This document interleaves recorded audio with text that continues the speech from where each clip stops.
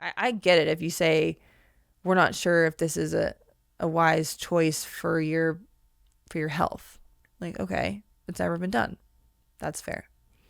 But to attack me as a person, like people attacked me as a person that I like need to see a psychologist because I can't live without it and I need attention and all this baloney was it didn't make sense to me. Like, is this what you guys really think about me? That's crazy. Hi, my name is Selema Masekela. I'll say it for you one more time. Selema Masekela. And you are listening to the What Shapes Us podcast.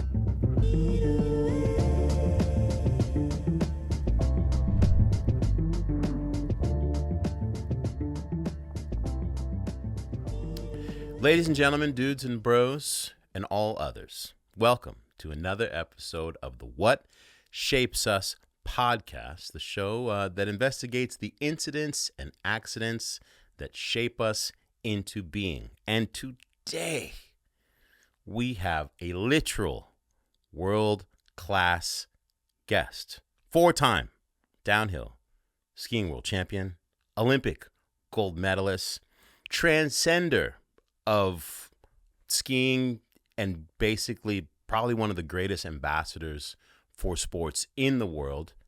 Asterisk just so happens to be a woman, but just like in the sports landscape, in the pantheon, she's up there on the Mount Rushmore of the greats. It is my high honor to welcome the one and the only Lindsey Vonn to the What Shapes Us podcast. See, I was so nervous I couldn't even say. You got through all the hard parts though. How did I do? Good, great. I left out a lot of stuff. Got all the accolades. You got check. I mean, not all the accolades. Well, you got the important ones. The basic ones. There's some good ones in there, and you didn't mess it up. So. Okay. Well, thank you very much. Yes. Where does it come from for you? As I said at the top, obviously the 4 world championships, the gold medal, 2 bronze medals as well in the Olympics. But you, for someone who started skiing in the middle of the Midwest, like the alpine, Buck Hill, good old Buck Hill, Minnesota, 260 vertical feet, man. 260 vertical feet. It might be 264. We can't chintz them around the extra 4 feet. Of fury, Minnesota, not the ski racing capital, to come to the journey that you're at today. Do you ever just sit back and go like, what? It is a little bit crazy. I think after I retired, I really had some time to reflect and think about what I've done. Because when you're competing, you just don't stop. You always think of the next thing, the next goal, the next, marker of achievement that you have to get to. And you never really slow down and look back. And so I've had some nice time to actually think about what I've done and what it means to me and my family and, where I started. It's not a logical conclusion that you would draw from me starting from Minnesota to become a downhiller. But, I think it also made me appreciate my family's sacrifice. And again, it's like, just having that perspective, I think, has given me a lot of power in this next chapter because no one has had that. Everyone's out there and they've been grinding and they haven't stopped, and maybe they've had an injury, but that's not a long period of time. It's not 6 years that they've been away from the sport. Yeah. You got injured in 2018.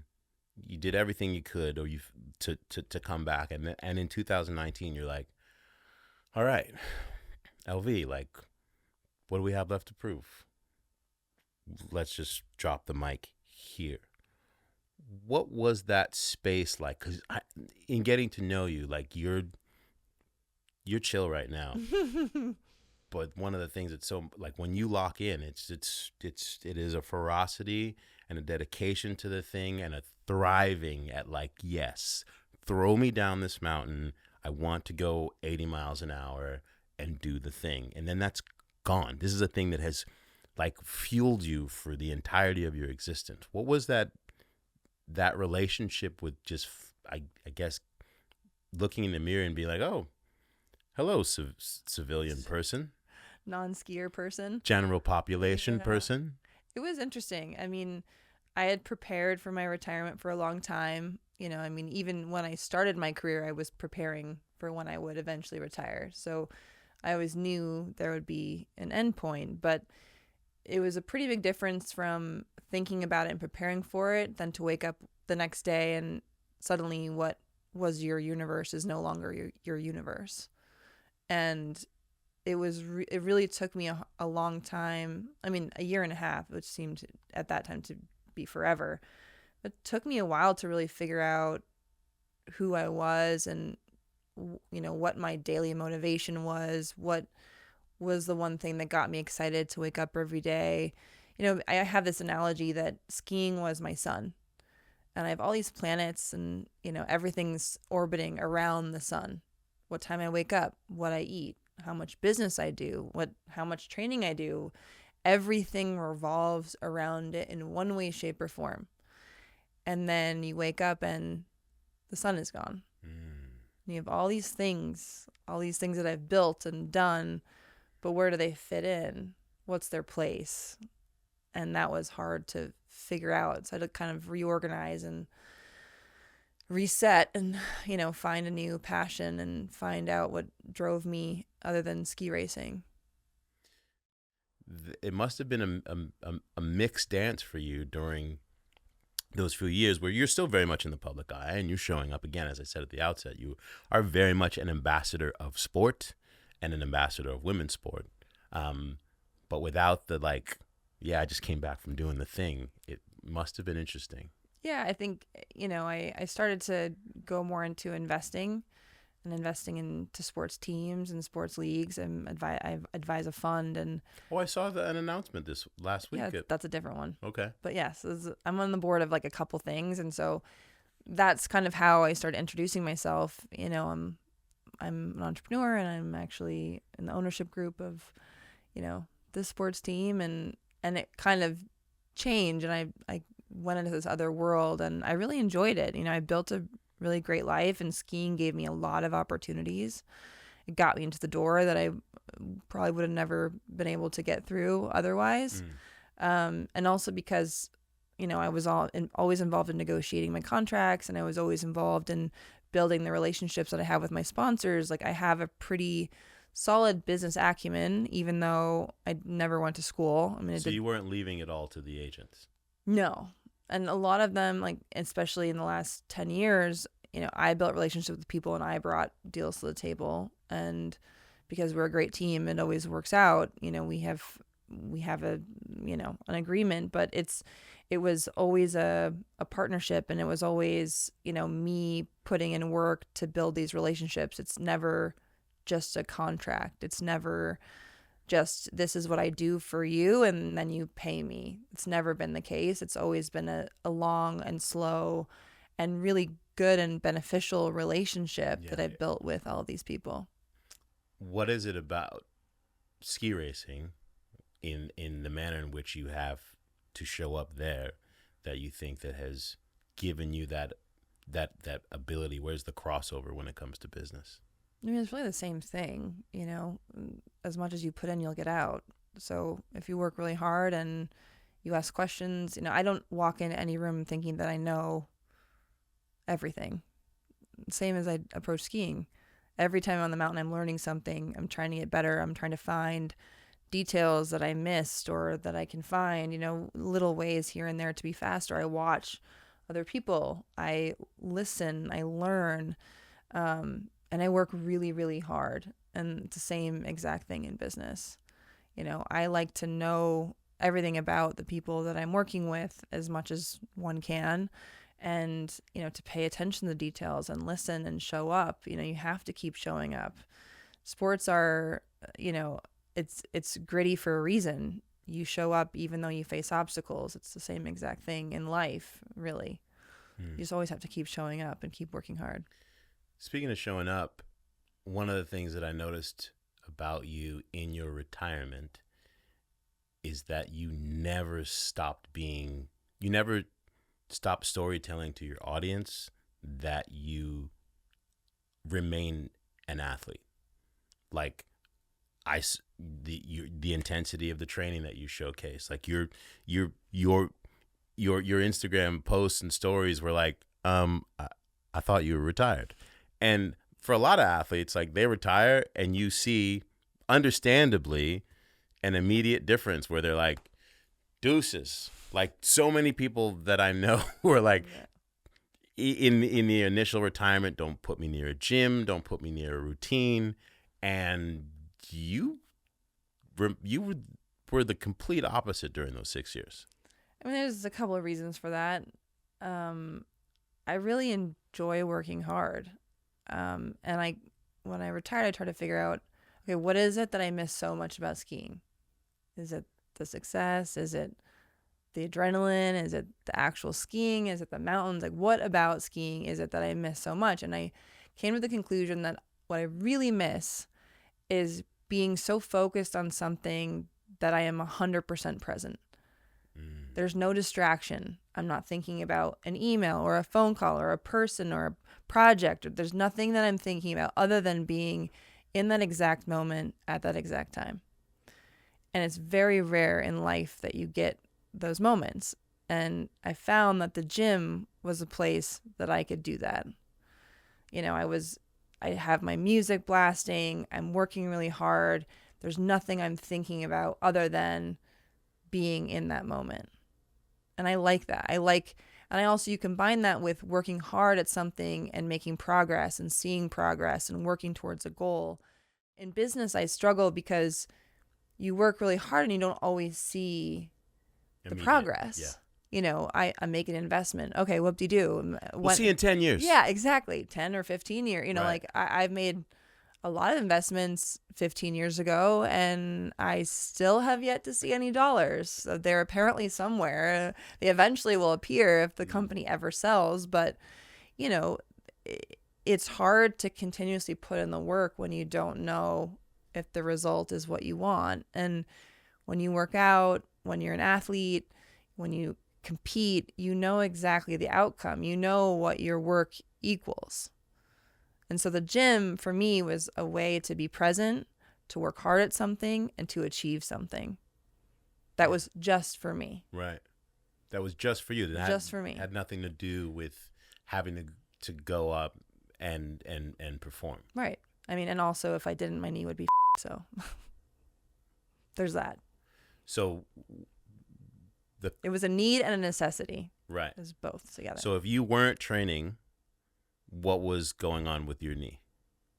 I mean, I had to stabilize my knee with, like, I had to be strong. If I wasn't strong, my knee, so I was bone on bone. So the less stable I was, the more friction there was, and then the more bone spurs I got, and the more pain and the more swelling.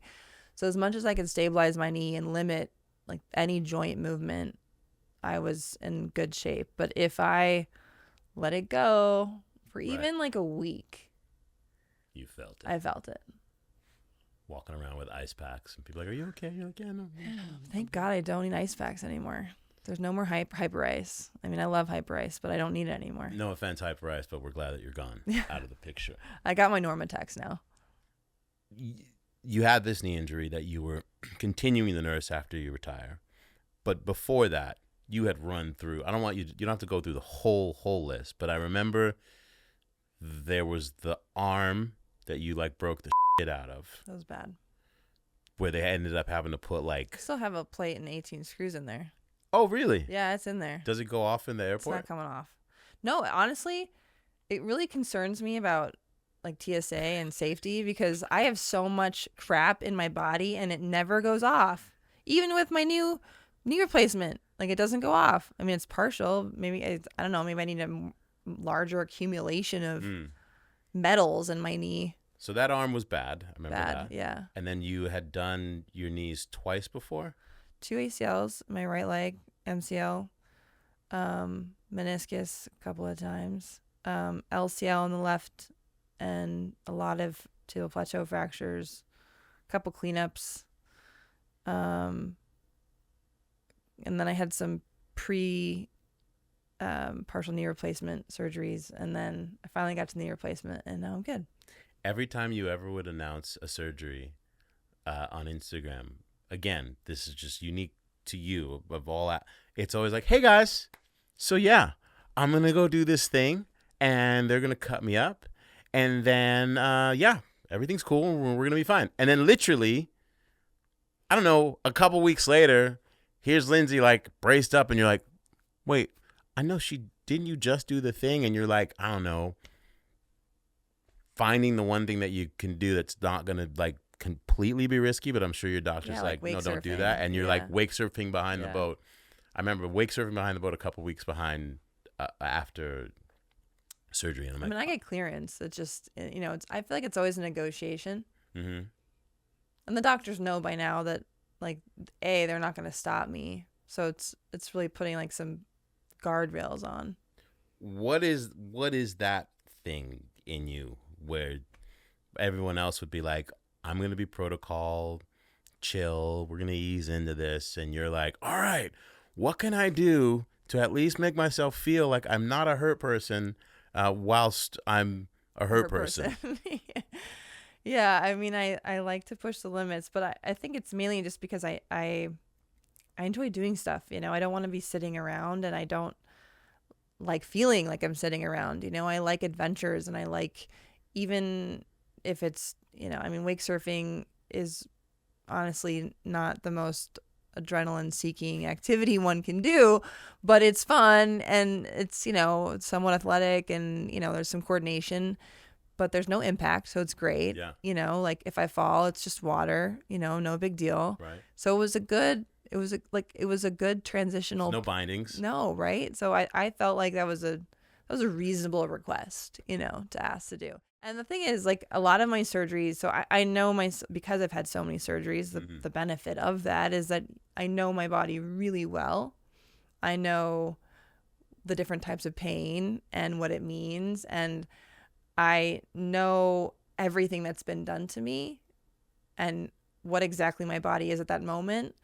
And if something hurts, I could tell you what it is, what it's coming from, what caused it, what I have to do to fix it. So I know all those things, so I can make those decisions, and my doctors trust me because I've proven, like, even though everyone thinks I'm completely insane, like, I'm actually pretty smart, and I don't do things that are going to hurt me. Like, I'm not, a glutton for pain. I just, I just don't want to sit around. So if my body is ready to do it and I have the motivation, then why would I not do it? You live in a place of like permanent possibility. Yeah, there's so many possibilities. The more you believe in like that you're hurt, the more you will be. You have to believe that you're okay. Which I think has kind of defined a major portion of your career, is this relentless belief that like, no, I'm good. Lindsey, no, I'm good, Vonn. Totally good. Right. No, I'm good. Where do you think that comes from? Like, I know you, like I said before, you started at Buck Hill, you're in Minnesota. I think your grandfather was the person who introduced you to skiing. 2 years old? My dad. Your dad. Okay. But my grandpa taught my dad, and okay, it's a generational thing for sure. But I think it was a combination of everyone around me that really made me this way. I think it was first and foremost my mom, because she had a stroke when she had me, and she lost function of her ankle. So she had a really hard time balancing. She couldn't run. She couldn't ski. She couldn't really do any sports. And she always had this amazing positive attitude. And there's nothing that she could do that would make her injury any better. Like, there's nothing. She tried everything under the sun. But she always tried. And she tried biking, and she tried to do all these things. And I watched my mom as an adult fall off a bike, which is something that every child can do. And it's like kind of it's seared into my mind. And she never, got down. I mean, she got down, but she never was like, she just was still so positive. And I always am reminded of that when I was injured, because I had the opportunity to have surgery and to work hard and to come back. My mom did not have that opportunity, and she still was positive. So if I have the opportunity, I better be positive and I better work hard because I have something that she does not. Wow. And then I think I couple that with, my grandfather, my father, and my grandmother as well, really hardworking people. Really, really, really hardworking. My grandfather worked in construction. He was an excavator. I remember so vividly him, I spent every summer with them, and he would leave before I woke up, like 4 a.m. He was gone. And he would come back at, after the sun went down, and he smelled of sweat and grease and oil, and he was dirty, and he worked himself to the bone, and he would do anything for his family. And there's no quit. There's no I can't. He would be broken every day, and he would get up at 4 a.m. and do it again the next day. That's just what you do. Working through. Yeah.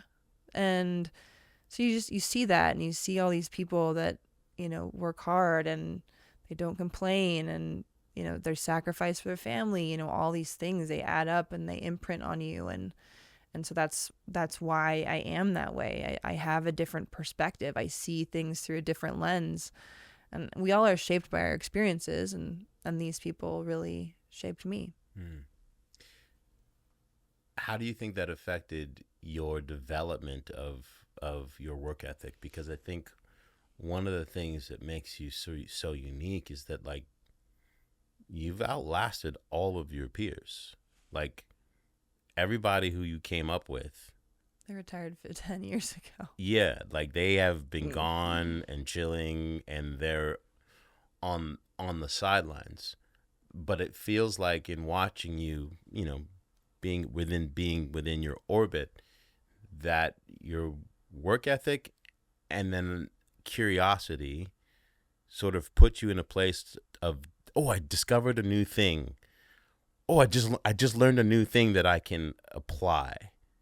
And that, like, sort of Pokemoning new tools has given you this ability to sustain. Yeah, I think the curiosity part is actually really important, because I'm not a passenger in my career. I think a lot of times, and I think it's easy with team sports, you're on a team and you become a team. It's not an individual sport. You're not driven by you are driven by your goals, but you are in some ways a passenger to your team. You are a part of a group and the group goal. And when you're an individual athlete, I think it's easier to be the leader and driving force behind your career. And I guess maybe I had more curiosity than most because I saw opportunity in everything, even the bad things. I'm like, there's got to be something that's hidden in here. It might be hidden really well, but there's got to be something positive I can take away from this. And in the end, all of these injuries were horrible, but I wouldn't be sitting here literally in this moment with you had I not had one or all of those injuries. Right. So I don't take it for granted. I don't regret it. I just find the opportunity to get better and grow in whatever way I can find, and I move forward. And I never also lost the passion for what I do. I love skiing. I think it's an amazing sport, but I also love to work hard. I'm not, someone that was, like, I think when I was a kid, I didn't really realize or understand why I was doing conditioning training, like what it meant. And I thought it was horrible and it sucked. And I was like, I hate this. And my parents were like, no, you're going to do this. This is important. You have to make the team. You have to, there's a test that you have to take and you have to pass it. Otherwise you don't make the team. Yeah. And so I hated that. But then once I figured out that, okay, if I work hard and I ski faster, then why would I not work really, really, really hard so I can ski really, really, really fast? And it all made sense. And so it's like, I'm curious. I have a drive. I want to be the best me I can be. I see no limitations on what that means. And I have no problem working my ass off to get there. What's the ratio from your physical ability to between the ears, your mental ability, what's the ratio and what's necessary for you to do what you do when you're skiing downhill? Like, how much of it is mental versus physical? I think there's definitely a high level of skill and natural ability. You obviously have to combine that with work and work ethic. I'm not an excessively strong person. I'm not a really agile person. I'm not, I can pick up things because I'm a visual person. So I learn by seeing, and I can imitate people in sports. That's like how I learn how to do things, and why my coach at Buck Hill was so successful, as that was his style of teaching. He always had someone come in that was at an elite level, and we would watch them and we would learn from them. It wasn't just someone yelling at you on a course. You were watching someone else. Put your elbows here, do that. Yeah. Which is like, a lot of people can't learn that way. And I can, but at that age, it was really made a big impression on me that I would watch these athletes that were much, much better than me. And that was my goal, just always get closer to them. And so I think all of those things play a part. But at the end of the day, when you're talking about the Olympics or titles, and, really when you have to succeed in times where it's most important, that's, I think, all between the ears. Because I'm not the strongest. I feel like I have a lot of skill, but you have to bring it all together in the right moment. And that is really hard, and that is all between the ears. And I think, again, my perspective on life has a lot to do with my ability to handle pressure, because I don't view it as pressure. I view it as an opportunity. Like, this is important because I have an opportunity to do something great. I love that. I love that, living in it's like a depth of presence of not taking any of the opportunity for granted. Like, not supposed to be here, even though I'm supposed to be here. It's not a fluke. I got to make the most of it. Yeah, I earn my spot here, but it's up to me if I take it. I have to seize this opportunity. And if you're nervous, and we're all nervous, but if you let the nerves get to you, you're not going to succeed anyway. So why care that much? My dad always said, you can't win until you don't care. And it's not you don't care about it, but you're okay if you fail. I'm okay if I fail, because I always give 110%. There's not more in any race that I could give. I've analyzed, I've trained, I did everything I possibly could. If I mess it up, so be it. I'm okay with that. As opposed to failing and not having done enough. Mostly it's people are afraid of failure, and that is why they get nervous. That's why you tense up. You're afraid to fail. Not that is that you want to succeed so badly that you cannot handle the loss. I feel attacked. Yeah. No. Is that really, you feel that way? No, Did I break you down really quickly? Is that yours? I went to therapy already today. Round 2 is the freebie. Within all that, the hard work, and applying it of the things, and knowing that you're not afraid to fail. I read this quote about Peekaboo Street when she first saw you skiing, and she said something to the effect of, Lindsey is one of these people that the faster she goes, the more she starts smiling. And that's something that you can't teach. Like, she said it was almost freakish to watch, because natural, basic math should say, like, the faster you're going, like once you're in that 80, 85 mile an hour range and you're not in a car with a seatbelt on the roll cage, you should start to be like, what the f-? But that in your case, like, the faster you go, the more you sort of sink into like this, this is fun. I love it. Can you describe what it's like to get into that state? I mean, it's not like I get into it. I love it. Like, I'm happy. It is like a pure joy that I can't really explain. And it's not just skiing, it's also driving. To self, do not sit in the passenger No, you seat don't with want to. Lindsey Vonn. Yeah, Red Bull tried to get me to be a driver for a bit, and I did some stuff on the track, and it made me so happy. I was so happy. It's something, speed is something that I'm very comfortable with. And in downhill, and I've said this a few times, but you're really only limited to what you can push yourself to. You can go faster. Do you want to go faster? It's like playing chicken with yourself. When do you pull the e-brake? I never pull the e-brake. Not even when I crashed on the fence. Like, the e-brake never came down. I'm just wrecked.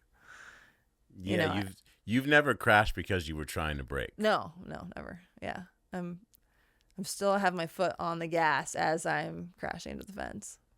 Which is basically a metaphor for kind of how you continue, you live life.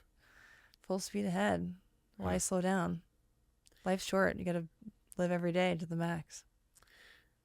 Right. And at 34, I think you became the oldest medalist? I became the oldest world championship medalist. At 33 at the Olympics, I was the oldest Olympic medalist for a woman. I got all the old you got all the old stuff done.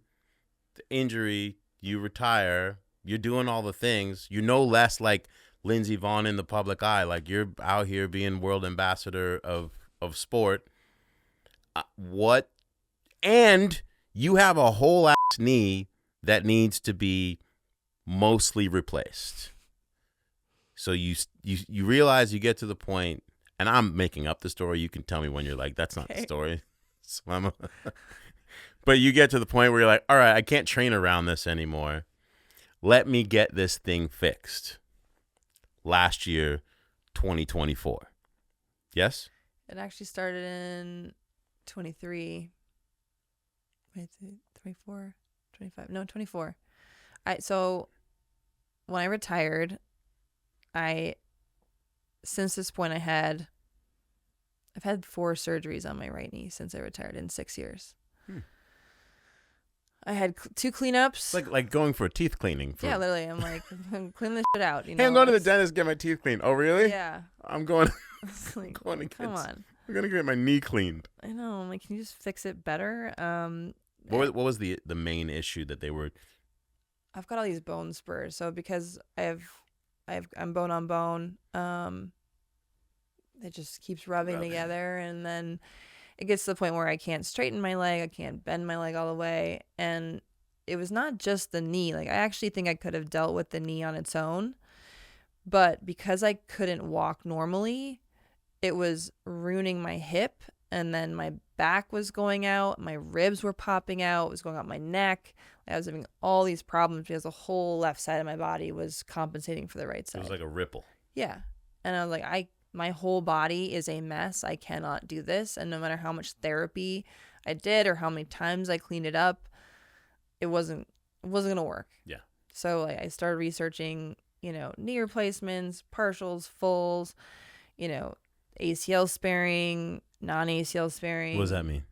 So in some replacements, you can keep your ACL and your ligaments depending on how they enter, your joint. Most of them, they take away your ACL. You literally have no more ligaments left. They just cut everything out. They shave off your bone. They hammer in some titanium, and you're good to go, right? You're a little loose. You don't need your stinking ligaments. I got titanium now. Exactly. I mean, it's like I'm like the Terminator. So yeah. I felt like it was an improvement. A lot of people had a lot of different thoughts on what I should do, and everyone said they would fix me. It's such great conversation. It's always interesting. I mean, and Dr. Hackett, who's a good friend of mine, who did mine too. I was just with him this weekend. Oh, Tom, you were with Tom? Tom Hackett's my guy. I love Tom. Tom's the best. Tom Hackett is the coolest surgeon. I was just at a wedding of a dear friend of mine that I work with at Burton Snowboards, and Tom performed the wedding. Oh, I'm gonna call him. And he crushed it. Of course, Lindsey Tom crushes everything he does. Yeah, no. Lindsey was one of those things where, like, I walked up to him afterwards, and I was like, "Here's what's up, Tom. We're friends. and you're always telling me about what you think about what I can do as a speaker, etc. You just went up here and crushed me at what I do. And there's no world ever that I could go in and like touch what you do. And No, he's you like, can't. you know, Tom, he's like, dangerous. oh, well, you know, it's, you know, I didn't. I just, well, That's thank a you. great impersonation. Thank you, brother. Yeah. So I spent a lot of time with him. We snowboarded together a lot. But that's amazing. Anyway, I hijacked the story. He wears cowboy boots when he does surgery, which I think is so cool. Yeah. He's a boss. His cowboy boots with like a little hole in the inside of them. But anyway, continue. So I asked him for help, and I was like, can you help me like vet these doctors? Right. Like we need to have a global search here. We're going to see who's doing what's the latest and greatest, and then you need to interview them because they're going to tell me what I want to hear, and I want the real skinny on what's going on. Okay. So he vetted some people. We worked it down. I talked to some people. Again, a lot of different viewpoints. And eventually we found the guy, Dr. Martin Roche. All right. Oh, the Roche. Roche in Florida. Okay. Marty. He's the knee guy. He's the knee guy. He's the guy. Marty was the best. Mako was the best. I did my recon. I talked to Chris Davenport. He did the same thing. The Ledge. And so I was really confident, and it worked. It was amazing. Okay. So the intention going in was to feel better. Yeah. And I came out feeling amazing. Right. Because my dad had a full knee replacement. And, you know, my dad, being the lawyer that he is, thought that he knew everything, obviously, as lawyers do. And right. he would fully admit that, I'm sure. But he didn't do his rehab. And so he didn't get the full benefit of what he should have gotten. And he admits that too, which is shocking. But I expected it to be along the lines of what my dad had. Mm-hmm. And it was so much better. So much better. So much better. So much better. So much better. That something happened in your brain that made you start to think highly irrationally. I don't know. I think it was pretty rational at this point. Now we can all say it's rational, but right. No, I'm speaking in the moment. Yeah, I'm speaking relative to what it would be like the first time to say it to everyone else. Where I you're didn't say it to everyone else. Okay. I said it's like two people. And they're like, this is insane. But and then what did you say? What was the thing that you said? What was the thing that I said? Like pretend like I'm that person, that first friend. I was like, hey, so my knee feels really, really good, and I think it would be worth it to try to ski and just see where it goes. All right, I'm going to play the friend. Yeah. Ski, like me and go skiing? Yeah, Lindsey, I think that's a great idea. You're a skier. It's going to be so fun to ski with you. Yes, when are we going skiing? If that goes well, then maybe we would think about racing again. Oh, like doing some charity races? That's so cool. I mean, you're Lindsey Vonn, and people will be so stoked for you to show up and like do their events. Yeah, let's plan out some gigs. It'll be fun. Or like downhill. Like, you mean like that, like returning to the World Cup circuit. Mm-hmm. Oh, that's and that's when it turns you're insane. Yeah, right. That's when the conversation happens. Yeah, but I mean, honestly, I had a lot more support than I expected, and I think that's because I've come back from so many injuries, and because everyone knows that I know my body. But I still didn't want to tell anyone until I knew for sure that it would work. Because no one knows. No one's done it. And you did it 7 months. 7 months after partial knee replacement. Mako partial knee replacement. It's amazing. Wow. Well, Do you have stock in it? You just pitched it like you did. Well. The Mako partial knee replacement. I am actually now an ambassador. There it is. Because I believe in it so much. Like I want everyone to know about it. I mean, long before I was talking to them, I was telling everybody about it because I think it's amazing. When you announced that you were coming back, it was like world news. Kind of crazy. Like, were you surprised by by the response? Yeah. I mean, like, they totaled up the numbers, and I was like, that's not a real number of people that saw this article. Like, that's not a real number. I don't believe you. Yeah. Many millions. Billions. With Billion. a B. Yeah, with a B. Yeah, I was going to say not millions. Billions. I was like, I don't think even like winning the Olympics was a B. Right. I don't think so. Crazy. It was crazy. And well, again, you're the NBD. I'm going to use that term. NBD. No big deal. Never been done. You know, we just reposition it. Yeah. No big deal. Never been done. Yeah. But when you get into the NBDs, you've got everyone's attention. But it changes, I guess, from a pressure standpoint, which you have a great relationship with pressure. What was it like with this new perspective? You've never come into it with people being like, "Oh, you can't do that," because you're Lindsey Vonn, and now the world's like I'm sure a certain sector of people who are like, and even your peers who are like, "Oh, that's cute." Yeah, I mean, there were some nice choice phrases that were thrown around, like, if she beats me, I'm gonna retire. I'm like, well, I don't see the retirement papers sent in yet. I think one of those gonna happen. No, I mean, it was interesting. I would say 99.99% of people were incredibly supportive, and I was very thankful and, to be honest, quite surprised. And at the same time, I was quite surprised by the 1.1% that were negative, because it was all ski racers, former ski racers, my peers, people that I respect.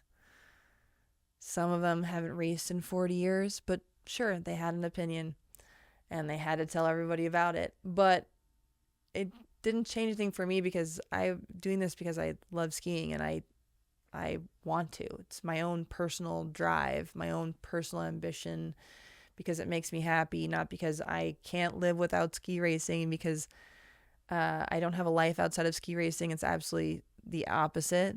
And I'm losing money racing. Like, I'm making more in business than I do in ski racing.